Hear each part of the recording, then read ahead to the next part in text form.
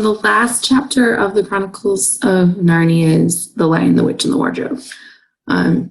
This book is actually the second book in the series. And the first book is called The Magician's Nephew. And there's this book. The third book is called The Horse and His Boy. The fourth is Prince Caspian. The fifth is Voyage of the Dawn Treader. The sixth is The Silver Chair. And the seventh is The Last Battle. And I'd recommend you try reading all of them. They're excellent. Okay. So, chapter 17, The Hunting of the White Stag. The battle was all over a few minutes after their arrival. Most of the enemy had been killed in the first charge of Aslan and his companions. And when those who were still living saw that the witch was dead, they either gave themselves up or took to flight. The next thing that Lucy knew was that Peter and Aslan were shaking hands. It was strange to her to see Peter looking as he looked now. His face was so pale and stern, and he seemed so much older. It was all Edmund's doing, Aslan, Peter was saying. We'd have been beaten if it hadn't been for him. The witch was turning our troops into stone right and left, but nothing would stop him. He fought his way through 3 ogres to where she was just turning one of your leopards into a statue. And when he reached her, he had sense to bring his sword smashing down on her wand instead of trying to go for her directly, and simply getting a statue of himself for all his pains. That was the mistake the rest were making. Once her wand was broken, we began to have some chance. If we hadn't lost so many already. He was terribly wounded. We must go and see him. They found Edmund in the charge of Mrs. Beaver, a little way back from the fighting line. He was covered with blood, and his mouth was open, and his face a nasty green color. Quick, Lucy, said Aslan. And then almost for the first time, Lucy remembered the precious cordial she'd been given for her Christmas present. Her hands trembled so much she could hardly undo the stopper, but she managed it in the end and poured a few drops in her brother's mouth. There are other people wounded, said Aslan, while she was still looking eagerly into Edmund's pale face and wondering if the cordial would have any result. Yes, I know, said Lucy crossly. Wait a minute. Daughter of Eve, Aslan said in a graver voice, others are also at the point of death. Must more people die for Edmund? I'm sorry, Aslan, said Lucy, getting up and going with him. And for the next half hour they were busy. She attended to the wounded while he restored those who'd been turned into stone. And when at last she was free to come back to Edmund, she found him standing on his feet and not only healed of his wounds, but looking better than she had seen him look. Oh, for ages. In fact, ever since his first term at that horrid school which he had begun to go wrong, he had come to his real old self again. And he could look you in the face. And there on the field of battle, Aslan made him a knight. Does he know, whispered Lucy to Susan, what Aslan did for him? Does he know what the arrangement with the witch really was? Hush, no, of course not, said Susan. Oughtn't he be told, said Lucy. Oh, surely not, said Susan. It would be too awful for him. Think how you'd feel if you were he. Here's a picture of the castle. I believe the one at Cair Paravel. We'll read about it. All the same, I think he ought to know, said Lucy. But at that moment, they were interrupted. That night, they slept where they were. How Aslan provided food for all of them, I do not know. But somehow or another, they found themselves all sitting down on the grass to a fine high tea about 8 o'clock. The next day, they began to march eastward down the side of a great river. And the next day after that, about tea time, they actually reached the mouth. The castle of Cair Paravel on its little hill towered up above them. Before them were sands with rocks and little pools of water and seaweed and the smell of the sea, and out long miles of bluish-green waves breaking forever and ever on the beach. And oh, the cry of the seagulls. Have you heard it? Can you remember? That evening, after tea, the 4 children all managed to get down to the beach again and get their shoes and stockings off and feel the sand between their toes. But the next day was more solemn, for then in the great hall of Cair Paravel, that wonderful hall with the ivory roof and the west wall hung with peacock's feathers, and the eastern door which looks towards the sea, In the presence of all their friends, and to the sound of trumpets, Aslan solemnly crowned them and led them to the four thrones amid deafening shouts of, "Long live King Peter! Long live Queen Susan! Long live King Edmund! Long live Queen Lucy!" Once a king and queen in Narnia, always a king or queen. "Bear it well, sons of Adam. Bear it well, daughters of Eve," said Aslan. And through the eastern door, which was wide open, came the voices of the mermen and the mermaids swimming close to the shore and singing in honor of the new kings and queens. So the children sat on their thrones, and scepters were put into their hands, and they gave rewards and honors to their friends, to Tumnus the fawn, to the beavers, to the giant rumble buffin, to the leopards and to the good centaurs, to the good dwarfs and to the lion. And that night there was a great feast in Cair Paravel, and revelry and dancing, and gold flashed and wine flowed, and answering to the music inside, but stranger and sweeter and more piercing, came the music of the sea people. But amid all these rejoicings, Aslan himself quietly slipped away. And when the kings and queens noticed that he wasn't there, they said nothing about it, for Mr. Beaver had warned them, "He'll be coming and going." And he had said, "One day you'll see him, another you won't. And he doesn't like being tied down. And of course, he has other countries to attend to. It's quite all right, he'll often drop in. Only you mustn't press him. He's wild, you know, not a tame lion." And now you see, the story is nearly, but not quite at the end. These two kings and two queens governed Narnia well, and long and happy was their reign. At first, much of their time was spent in seeking out the remnants of the White Witch's army and destroying them. And indeed, for a long time, there would be news of evil things lurking in the wilder parts of the forest. A haunting here, a killing there, a glimpse of a werewolf once a month, 1 month, and a rumor of a hag the next.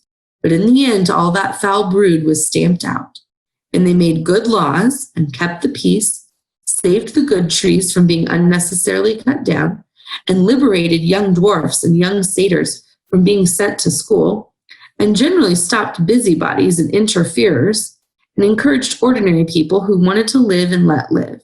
And they drove back the fierce giants, quite a different sort from giant Rumblebuffin, on the north of Narnia, when these ventured across the frontier, and they entered into a friendship and alliance with countries beyond the sea, and paid them visits of state, and received visits of state from them. And they themselves grew and changed as the years passed over them. Peter became tall and deep-chested man, a great warrior, and he was called King Peter the Magnificent. Susan grew into a tall and gracious woman, with black hair that fell almost to her feet. And kings of the countries beyond the sea began to send ambassadors asking for her hand in marriage. And she was called Susan the Gentle. Edmund was a graver and quieter man than Peter, and great in counsel and judgment. He was called King Edmund the Just. But as for Lucy, she was always happy and golden-haired, and all the princes in those parts desired her to be their queen, and her own people called her Queen Lucy the Valiant. So they lived in great joy, and if ever they remembered their life in this world, it was only as one remembers a dream. And one year it fell out that Tumnus, who was a middle-aged fawn by now and beginning to be stout, which means kind of a little chubby, came downriver and brought them news that the white stag had once more appeared in his parts. The white stag who would give you wishes if you caught him. So these two queens and two kings, with the principal members of their court, rode a hunting with horns and hounds in the western woods to follow the white stag. And they had not hunted long before they caught sight of him. And he led them a great pace over rough and smooth and through thick and thin till the horses and all of the courtiers were tired out, and only these four were still following. And they saw the stag enter into a thicket where their horses could not follow. Then said King Peter, for they talked in quite a different style now, having been kings and queens for so long, Fair consorts, let us now alight from our horses and follow this beast into the thicket. For in all my days I've never hunted a nobler quarry. Quarry means something you're hunting. Sir, said the others, even so, let us do. So they alighted and tied their horses to trees and went on into the thick wood on foot. And as soon as they entered it, Queen Susan said, Fair friends, here is a great marvel, for I seem to see a tree of iron.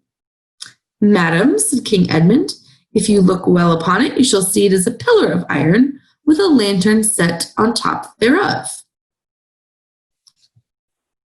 Here's a picture of that. They're getting off their horses.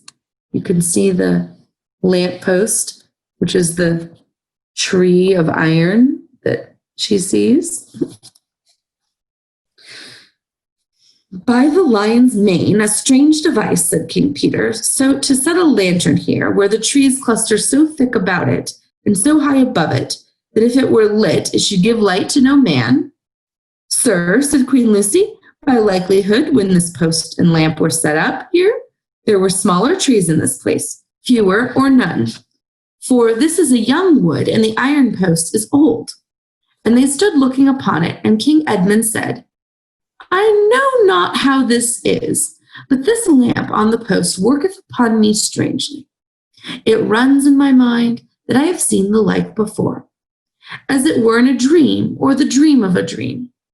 Sir, they answered all, for it is even so with us also. And more, said Queen Lucy, for it will not go out of my mind that if we pass this post and lantern, either we shall find some strange adventures, or else some great change of our fortunes. Madam, said King Edmund, the like foreboding stirreth in my heart also. And in mine, fair brother, said King Peter. And mine too, said Queen Susan. Wherefore, by my counsel, we shall lightly return to our horses and follow this white stag no further. Madam, said King Peter, therein I pray thee have me excused, for never since we four were kings and queens in Narnia have we set our hands to any high matter, as battles, quests, feats of arms, acts of justice, and the like, and then given over. Meaning, we haven't done anything and given up, but always what we have taken in hand, the same we have achieved. So they are talking in a very high tone now, aren't they? And he's just saying, everything we've ever tried to do, we've succeeded at as kings and queens in Narnia. Sister, said Queen Lucy, my royal brother speaks rightly, and it seems to me we should be shamed for fearing or foreboding we turned back from following so noble a beast as now we have in chase. And so say I, said King Edmund, and I have such a desire to find the signification of this thing that I would not by my good will turn back for the richest jewel in all of Narnia and all the islands. That in the name of Aslan, said Queen Susan, if ye will all have it so, let us go on and take the adventure that shall fall to us. So these kings and queens entered the thicket, and before they had gone a score of paces, score is 20, so before they'd walked very far at all, they remembered the thing that they had seen was called a lamppost. And before they'd gone 20 more, they noticed they were making their way not through branches, but through coats. And the next moment, they all came tumbling out of a wardrobe door into the empty room. And they were no longer kings and queens in their hunting array, but just Peter, Susan, Edmund, and Lucy in their old clothes. It was the same day and the same hour on the day which they had all gone into the wardrobe to hide. Mrs. Macready and the visitors were still talking in the passage, but luckily they never came into the empty room, so the children weren't caught. And that would have been the very end of the story if it hadn't been that they felt that they really must explain to the professor why 4 of the coats in his wardrobe were missing. And the professor, who was a very remarkable man, didn't tell them not to be silly or not to tell lies, but he believed the whole story. Here's a picture of them coming out of the wardrobe.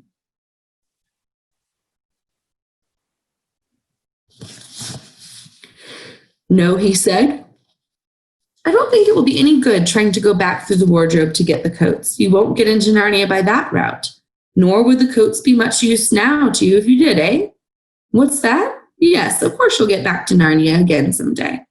Once a king in Narnia, always a king in Narnia. But don't go on trying to use the same route twice. Indeed, don't try to get there at all.